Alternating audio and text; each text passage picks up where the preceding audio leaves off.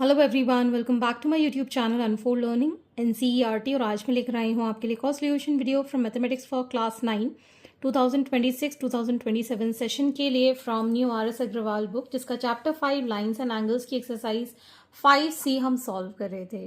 Previous exercises और chapters मैं already अपने चैनल पेज पर अपलोड कर चुकी हूँ। अगर आपने मिस कर दिया है so please do have a look in the description box of this video, जहाँ पर आपको प्लेलिस्ट बनाकर सारे सोल्यूशंस प्रोवाइडेड हैं। और अगर आप मेरे चैनल पे फर्स्ट टाइम आए हैं तो please do subscribe my channel and press the bell icon for future notification. अगर आपको कंटेंट थोड़ा सा भी पसंद आ रहा है या यूजफुल लग रहा है, do let me know in the comment section के आप मेरा ये वीडियो इंडिया के किस पार्ट से देख रहे हैं। So starting with question number 18, in the given figure, AB is parallel to CD and a transversal T cuts them at E and F respectively. If EG and GF are the bisectors of angle BEF and EFD respectively, prove that angle EGF is 90 degree. तो AB CD के parallel है और T इसका transversal है। ठीक, तो हमको ये बताना है कि ये एंगल EGF 90 डिग्री है। ठीक, सो हम यहाँ से स्टार्ट करेंगे that AB is parallel to CD and T is transversal.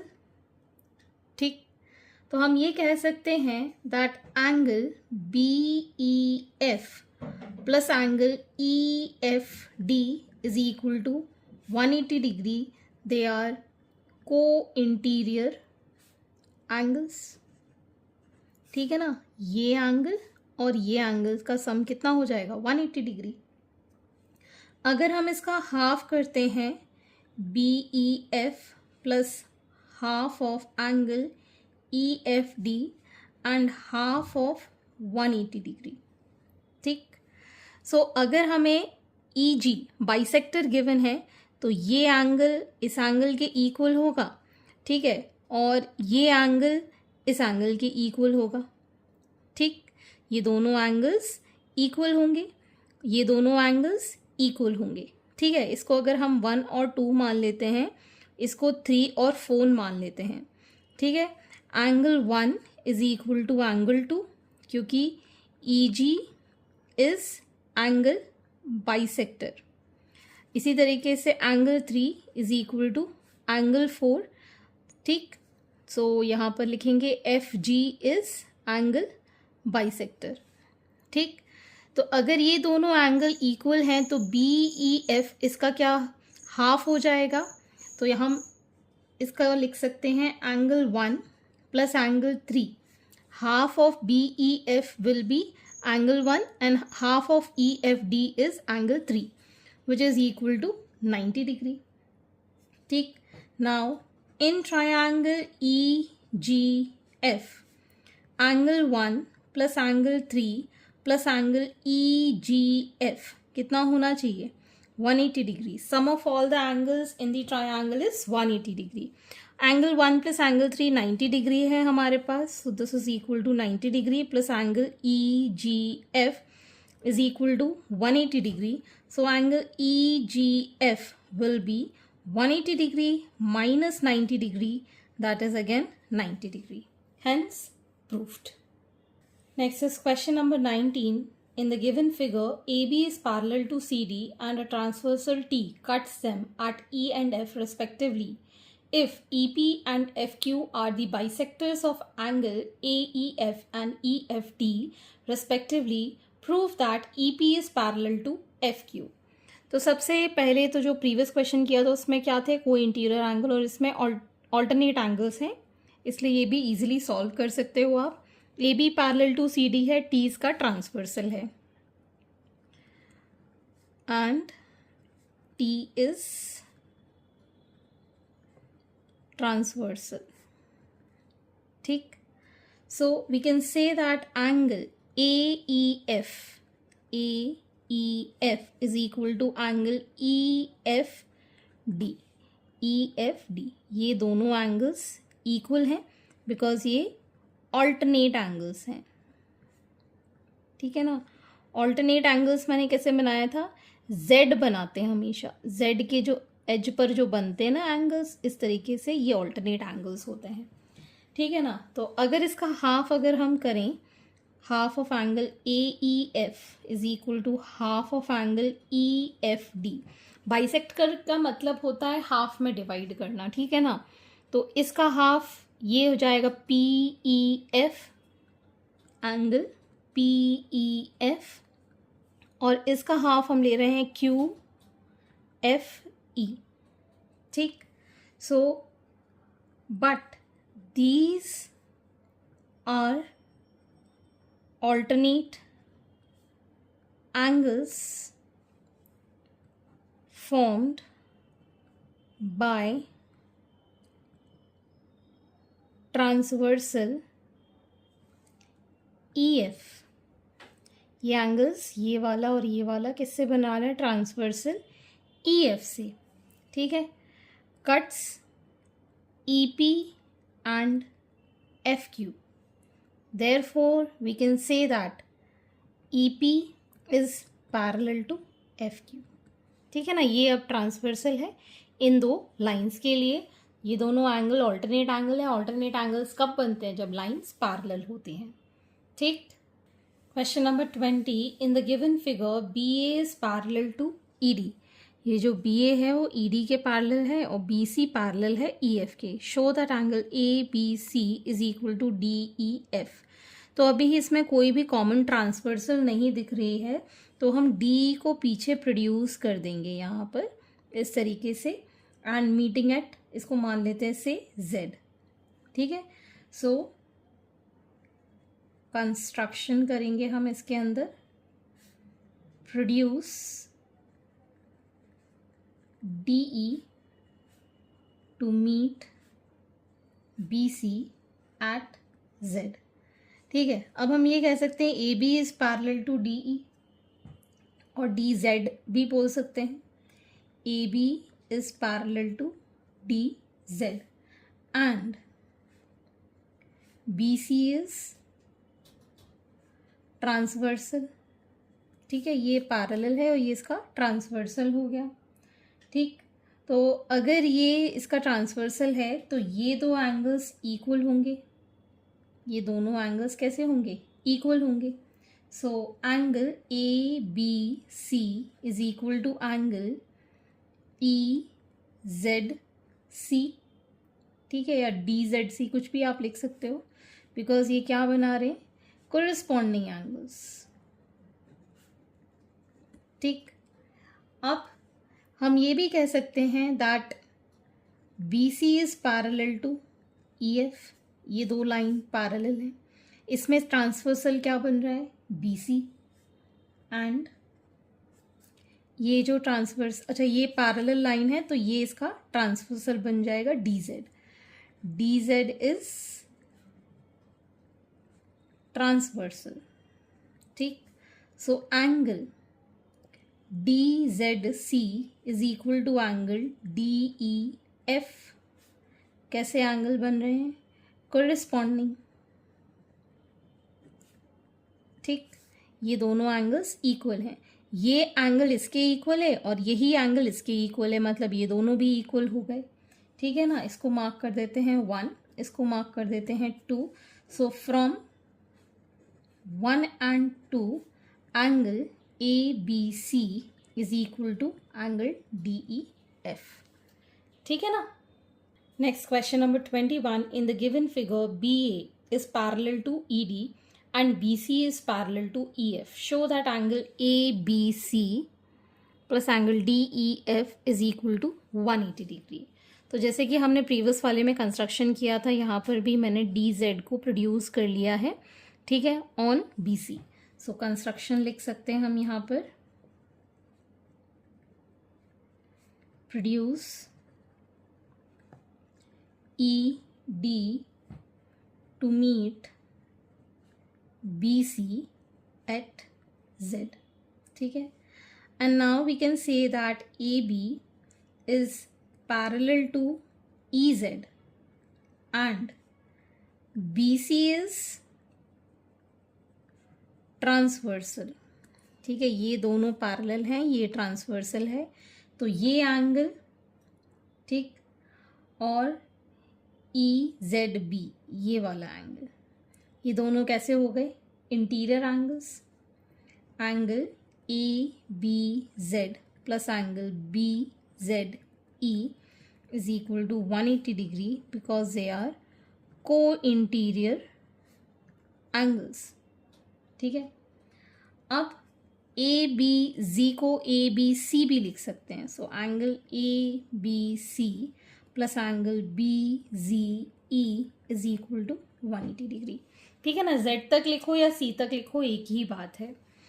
Also we can say that EF is parallel to BC and EZ is transversal. ठीक है, ये दोनों पैरेलल हैं और ये इसका ट्रांसवर्सल है।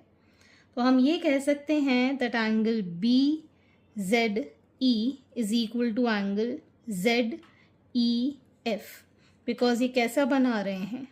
Alternate angles. ठीक है ना, ये दोनों एंगल्स कैसे हैं? Alternate angles. और यही अगर हम लिखें यहाँ पर एंगल BZE, इसको हम DEF भी लिख सकते हैं ना, Z की जगह D पॉइंट से लिख लो DEF। ठीक है, इसकी वैल्यू इसमें पुट करते हैं, BZE को हम DEF लिख सकते हैं। So angle ABC plus angle DEF is equal to 180 degree, hence proved. ठीक है, सो फ्रॉम 1 यहाँ पर हमने वैल्यू पुट कर दी, so we got this. Next is question number 22। In the given figure MN are the two plane mirrors perpendicular to each other. Show that the incident ray, अच्छा ये उल्टा दिया हुआ है, इंसिडेंट का मतलब इस तरीके से CA is parallel to reflected ray BD। तो यहाँ पर कहीं पर ऑब्जेक्ट रखा था, यहाँ से इसके ऊपर इंसिडेंट हुआ, यहाँ से टकरा के इस पे गया और इससे टकरा के हमको यहाँ पर रिफ्लेक्टेड रे मिल रही है। ठीक है, तो let the normal to mirror M and N intersect at O। ठीक है ना, ये इंटरसेक्ट कर रहा है O पर। OB जो है परपेंडिकुलर है M के। ठीक है, ये परपेंडिकुलर है M के and OA is perpendicular to N। ठीक है, N के परपेंडिकुलर है ये OA and M mirror is perpendicular to N। ठीक है ना, तो एंगल BOA कितना हो जाएगा? 90 डिग्री। ठीक है, therefore OB is perpendicular to OA, so angle AOB is equal to 90 degree. ठीक, अगर ये 90 डिग्री है तो हम ये कह सकते हैं दैट एंगल 2 प्लस एंगल 3, ये देखो ये क्या बना रहा है? स्क्वायर जैसा कुछ बन रहा है ना। ठीक है ना, so angle 2 plus angle 3 is equal to 90 degree because ये कैसा बना रहा है? 90 डिग्री एंगल। ठीक है ना, अगर दो एंगल का सम राइट एंगल ट्रायंगल में देखें तो एक एंगल 90 डिग्री तो होना बट ऑब्वियस है। ठीक है ना, तो इन दोनों का सम कितना आ जाएगा? 90 डिग्री। ठीक, एंगल 1 एंगल 2 के इक्वल है एंड एंगल 3 एंगल 4 के इक्वल है, as angle of incidence is equal to angle of refraction. ये आपको फिजिक्स में पढ़ चुके हो कि कोई भी मिरर पर अगर कोई इंसिडेंट रे है और कोई रिफ्लेक्टेड रे है, ये इसका नॉर्मल है, सो ये एंगल इस एंगल के इक्वल होगा। नॉर्मल से इंसिडेंट जो एंगल होगा वो रिफ्लेक्टेड के इक्वल होगा। सेम ये इंसिडेंट है और ये रिफ्लेक्टेड है, ये नॉर्मल है, सो एंगल 3 एंगल 4 के इक्वल होगा। ठीक, सो एंगल 1 प्लस एंगल 4, अभी मैंने बताया ना 2 और 3 का सम 90 डिग्री है, तो 2 किसके इक्वल है 1 के, और 3 किसके इक्वल है 4 के। सो ये कितना आ जाएगा, ये भी 90 डिग्री आ जाएगा। तो अगर हम 1 और 2 को ऐड कर दें, angle 1 plus angle 2 plus angle 3 plus angle 4, it will be equal to 90 degree plus 90 degree which is 180 degree. सारे एंगल्स का सम कितना हो गया 180 डिग्री, ठीक है। और अगर हम 3 प्लस 4 लिखें तो क्या लिखेंगे ए बी डी, ठीक। और 1 प्लस 2 लिखें तो क्या लिखेंगे सी ए बी, ठीक। So angle C A B plus angle A B D कितना आ जाएगा 180 डिग्री। तो ये कब होता है, को इंटीरियर एंगल्स के केस में, ठीक है। So therefore angle C A B and angle A B D are co interior angles formed when, ये क्या हो गया इसके बीच में transversal, A B is transversal, therefore AC is parallel to BD। Co interior angles कब बनेंगे, जब दो पैरेलल लाइन और ये ट्रांसवर्सल के बीच में इन दोनों एंगल्स का सम कितना होना चाहिए 180 degree, hence proved. Next is question number 23, in the given figure below state which lines are parallel and why. तो डायग्राम देख के ही पता चल रहा है ये दोनों कैसे हैं 110 ऑल्टरनेट एंगल्स। ऑल्टरनेट एंगल्स का मतलब हो गया A B is parallel to C D और ए सी क्या हो गया इसका ट्रांसवर्सल, तो हम ये कह सकते हैं A B is parallel to C D. बहुत ही सिंपल है, ठीक है ना। So angle B A C is equal to angle D C A which is equal to 110 degree alternate angle, ठीक। Therefore A C is transversal with AB parallel to CD, ठीक है ना। Question number 24, two lines are respectively perpendicular to two parallel lines, show that they are parallel to each other। तो कोई भी दो line है इस तरीके से, ठीक है, इसके ऊपर परपेंडिकुलर लाइंस हैं, ठीक है। Two lines are perpendicular to two parallel lines, तो हम ये कह सकते हैं कि ये पैरेलल लाइन है एम एन एन, ठीक है। Let two parallel lines be M and N, मतलब M is parallel to N, ठीक है। और ये P और ये Q दोनों परपेंडिकुलर हैं इसके, ठीक है। So let P perpendicular to M, ये, ठीक है। इसको मान लेते हैं एंगल 1। सो एंगल 1 कितना हो गया 90 डिग्री। इसी तरीके से Q is perpendicular to N, ये इसके परपेंडिकुलर है। Q is perpendicular to N, तो एंगल 2 कितना हो गया, दिस इज ऑल्सो 90 डिग्री, ठीक। अगर हम देखें ये दोनों पैरेलल है और ये इसका ट्रांसवर्सल है, M is parallel to N and P is transversal, ठीक है ना। तो ये एंगल अगर 3 हम मान रहे हैं, angle 1 is equal to angle 3 is equal to 90 degree because they are corresponding angles, ठीक है। और ये जो एंगल 390 डिग्री जो हमें मिला है वो एंगल 2 के इक्वल हो जाएगा बिकॉज ये भी 90 डिग्री है, ये भी 90 डिग्री है। Angle 2 is equal to angle 3 because ये दोनों क्या है 90 degree. Therefore we can say that transversal N cuts line P and Q, therefore P is parallel to Q. So two lines which are perpendicular to two parallel line are also parallel to each other. ये दोनों भी parallel हमने prove कर दी. Hence this completes your exercise and I hope आपको मेरे solution video ज़रूर पसंद आ रहे होंगे.